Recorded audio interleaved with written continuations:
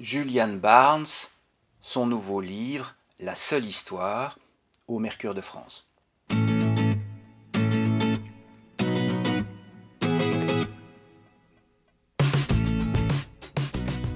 Une intensité et une émotion qu'on retrouve rarement dans les livres. Julian Barnes, c'est l'homme qui a écrit Love, etc. Il a déjà eu un prix féminin étranger, bien sûr, il écrit en anglais. Il a eu un prix Médicis pour un essai aussi. C'est quelqu'un qui est aimé des Français depuis qu'il est passé dans une émission d'apostrophe il y a longtemps chez Bernard Pivot et qu'il y a présenté avec une maestria remarquable l'essai qu'il avait écrit sur Flaubert. Donc c'est un connaisseur de la littérature jusqu'au bout des ongles. Ça s'appelle La seule histoire parce que dans un préambule, Julian Barnes explique que nous avons tous au fond de nous un événement fondateur qui va orienter toute notre vie. Et dans le cas de Julian Barnes, c'est cette histoire d'amour.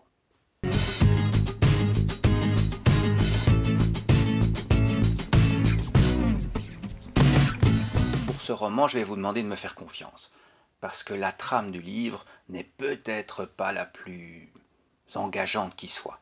Ce sont les souvenirs, probablement de Julian Barnes, à peine romancés, les souvenirs d'un garçon de 19 ans qui est issu de la classe moyenne anglaise, bien élevé, très conventionnel jusque-là, et qui, parce qu'il rencontre une femme de 47 ans dans un club de tennis, en tombe immédiatement et éperdument amoureux.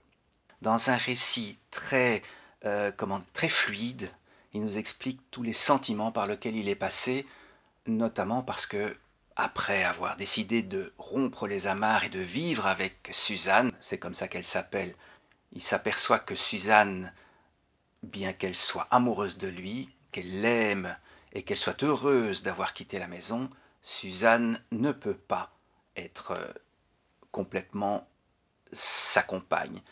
Il a oublié sans doute qu'elle avait des enfants, qu'elle avait vécu pendant 25 ans avec le même homme, et elle est déchirée, et donc elle boit. Donc c'est un sujet assez douloureux. C'est un garçon qui essaye de sauver une femme qui se suicide à coups de verre de sherry. Je vous demande encore une fois de me faire confiance. J'ai rarement vu et lu quelque chose d'aussi émouvant.